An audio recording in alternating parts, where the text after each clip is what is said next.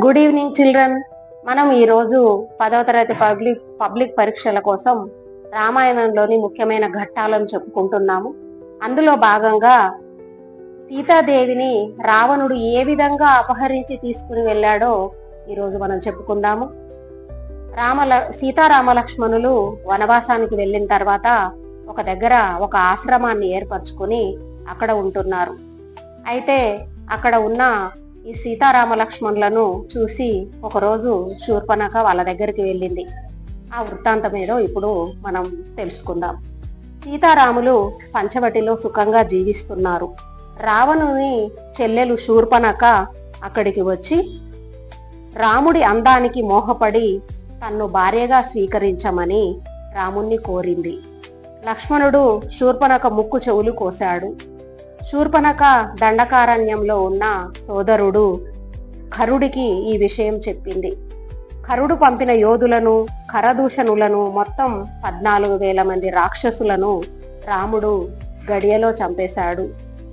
అకంపనుడు అనే గూఢచారి దండకలో రాక్షస సంహారం జరిగిందని రావణునకు వార్త చేర్చాడు. రావణుడు రాముణ్ణి చంపుతా అన్నాడు. రాముణ్ణి చంపడం దేవాసురులకు కూడా సాధ్యం కాదని అకంపనుడు చెప్పాడు. సీతను అపహరించమని చెప్పాడు రావణుడితో. రావణుడు మారీచుని సాయం అడిగాడు.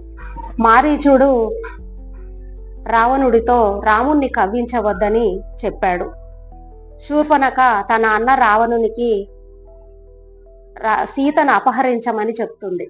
ఎందుకంటే అన్నా, సీత చాలా అందాల రాసి, నీకు సరి అయిన జోడి అని రావణుడికి చెప్తుంది. రావణుడు తిరిగి మారీచుడి దగ్గరికి వెళ్ళి సీతను అపహరించడానికి నువ్వు బంగారు లేడిగా మారి నాకు సహాయం చెయ్యాలి అని అడుగుతాడు. మారీచుడు ఎంత చెప్పినా రావణుడు వినడు.